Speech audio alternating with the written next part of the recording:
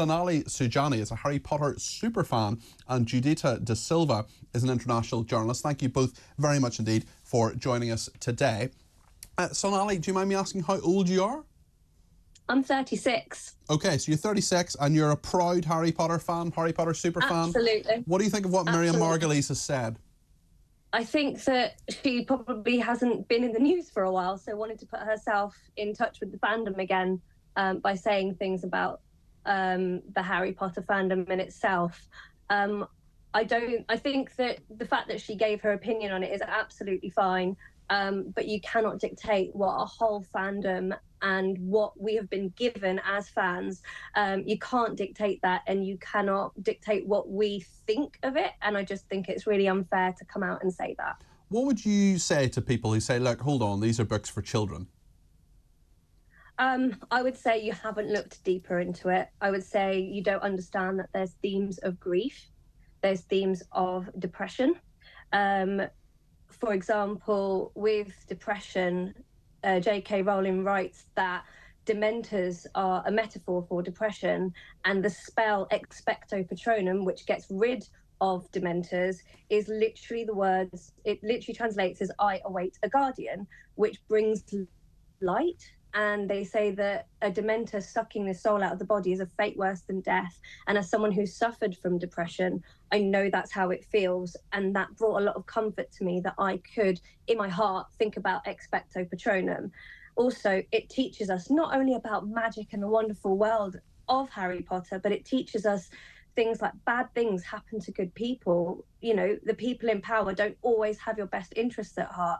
It teaches us that your heroes aren't perfect. And it teaches us that everyone makes mistakes. But mainly for me, it taught me about grief. Harry Potter is the one thing that really helped me through getting through my grief. When my mother passed away, I turned to it as a safe space. Because yes, while I started reading Harry Potter as a child, it brought itself into my adulthood through these themes. And it helps me as an adult to be able to navigate the world as such. Vincent has been in touch on text and says, I'm 65 and I'm a fan, so what? Judita, what do you make of this? Because do you think that Sonali has a point here, or that people should, I don't know, grow up, or do you ever kind of grow out of these themes? She makes some really good points. I think, first of all, it's like this is a wonderful microcosm of the way society is today. First of all, Miriam Margolyes is a veteran. She doesn't require publicity if you've actually followed her career. She's the golden age of cinema, and she is timeless. Second of all, what she said, she qualified. She didn't say that, older people should not read the books. She said, it's been 25 years. So she's qualifying it as the fans who began with the book as children and are still holding onto it to the degree where they are theming their weddings around it, which is a cause for concern, as it would be to anyone. Why is it a cause for concern? Why can't people do whatever they want on their special day? Exactly. You can do whatever you want, but there are things that you are worried when you see people do. Do you step in and tell them to stop doing it? No, but you still have your concern, and you harbor that concern. Why are you worried about someone theming their wedding around Harry Potter? It's eccentric. I wouldn't do it personally. I think it's a bit weird. But I mean, you know, lots of things that people do seem a bit weird, but they're ultimately harmless. Indeed, because what the concern comes from the point of, it's the inability to put certain experiences in context. For example, I was a child who enjoyed C.S. Lewis, the Tales of Narnia, and Star Wars. Those were the things we grew up on. As you grow old, you compartmentalize those experiences as something of nostalgia, something precious, something that harks back to a time and an experience in life. You evolve as a human being. Nobody's saying discard it, but it's put it in a compartmentalized way where it is assigned to a certain period of your life that you cherish, but you move on. No one's saying discard it. And it's the same thing you do with growing up and growing older, is that everything has you attribute certain memories to certain experiences. They shape who you are going forward, but they do not define you. And that is where I believe Miriam Margolyes was coming from, where Harry Potter, she said herself, she cherishes the work she's done. Look at the actors in the films. Daniel Radcliffe has, since he went on to the theatre and did Equus after doing Harry Potter, he has consciously worked hard to separate himself from the perception of him as this child actor, because he has grown up and moved on. He cherishes the work he has done within it. Okay, Sonali, do you want to respond to that?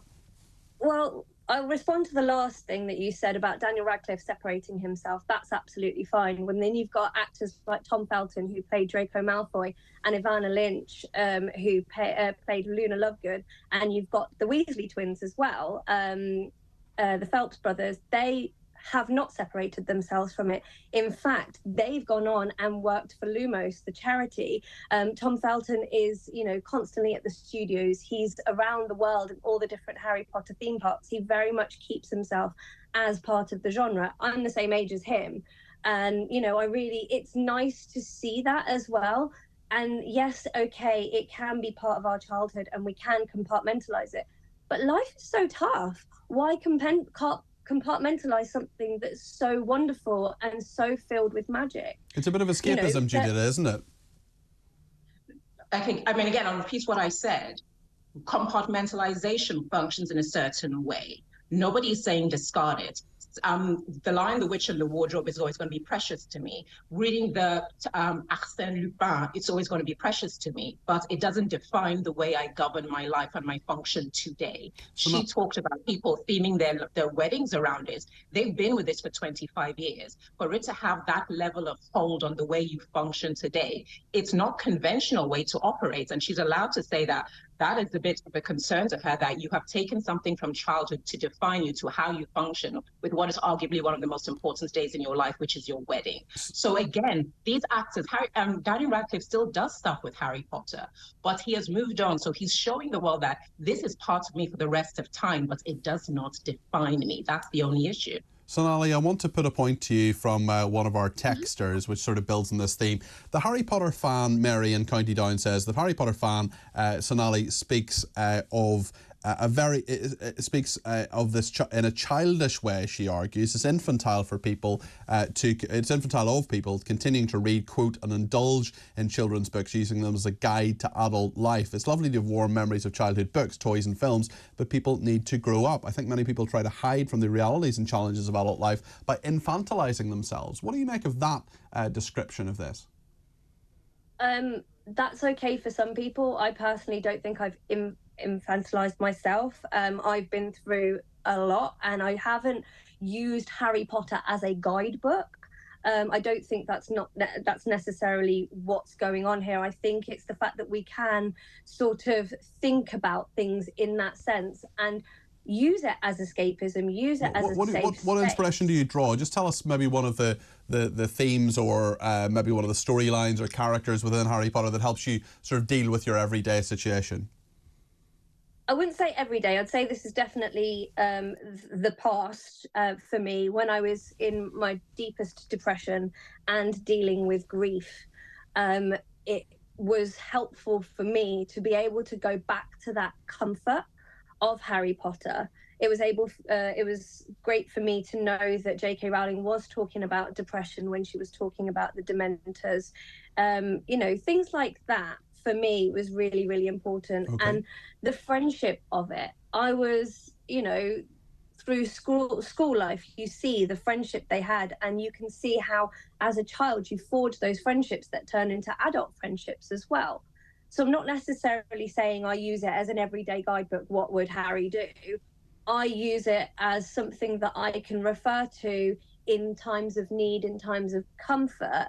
And actually, because of the themes that I explained earlier, understanding adult themes as Harry's growing up through it, stuff like bad things happen to good people, stuff like everyone makes mistakes.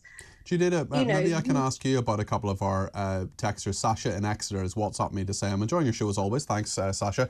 Regarding Harry Potter and Miriam Margolyes' comments, quite honestly, if you take any notice of what Miriam Margolyes says, then you need help. If you're a Harry Potter fan, young or old, enjoy it. It's well made, it's lovely music, as many movies and books. It's no one's business but your own. Kate in Barnsley says, even though I've never seen a Harry Potter film, as it's not my thing, I think no one has a right to tell any adult what they should enjoy, says Kate in Barnsley. What would you say to those people, Judita? I don't believe Miriam was telling you what to enjoy. She's benefited from the success of Harry Potter, so I'm sure she's very glad people did enjoy it and continue to do so.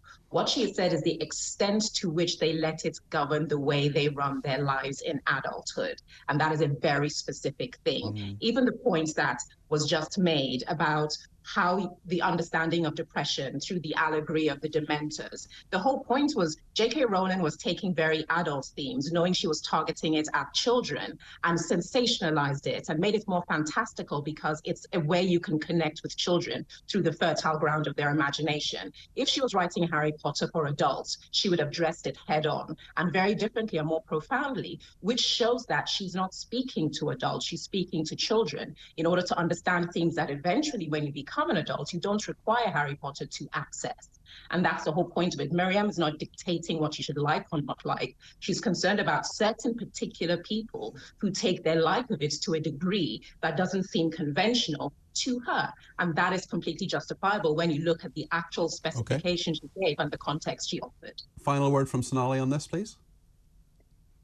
She's obviously entitled to her own opinion. We all are entitled to our own opinion. And you can't tell us what to do. We love Harry Potter. We're going to carry on loving Harry Potter. It's not, for me, going to dictate my every single move. Would you have a Harry Potter themed wedding? No. Right. I think that I would add elements of it that were more discreet. Even in my own home, I have elements of Harry Potter. I'm wearing my Harry Potter jumper today. You know, I have elements in my home that are Harry Potter based, like my house is dark green, certain aspects of it. I have posters, but it's not obvious, and I don't want to make it obvious. You're actually wearing a dark green jumper. Is that a Slytherin jumper? It is, yes. I was always partial to Draco Malfoy. So it sort of put me into the Slytherin mode of things. So that's why the dark green. But there are different aspects of my life that, yes, have been shaped as Harry Potter and actually enabled me to understand the things like depression and grief and things like that.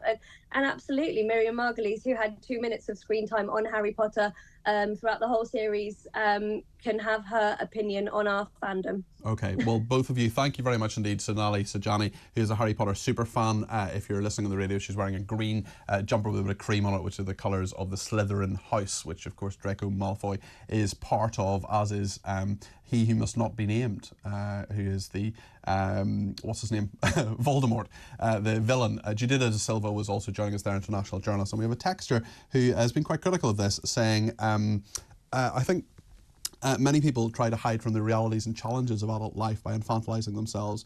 It's incredibly twee and trite to assign universal truths like everyone makes mistakes to Harry Potter. This is a childish view. I don't need a children's book to tell me bad things sometimes happen to good people. Steve has been in touch. He says, it's not just Harry Potter. From the clips I've seen of Star Wars movies, they're obviously for toddlers, says Steve in London. I think you've triggered Tech Up Dave there through the glass. I don't think he's too happy about that.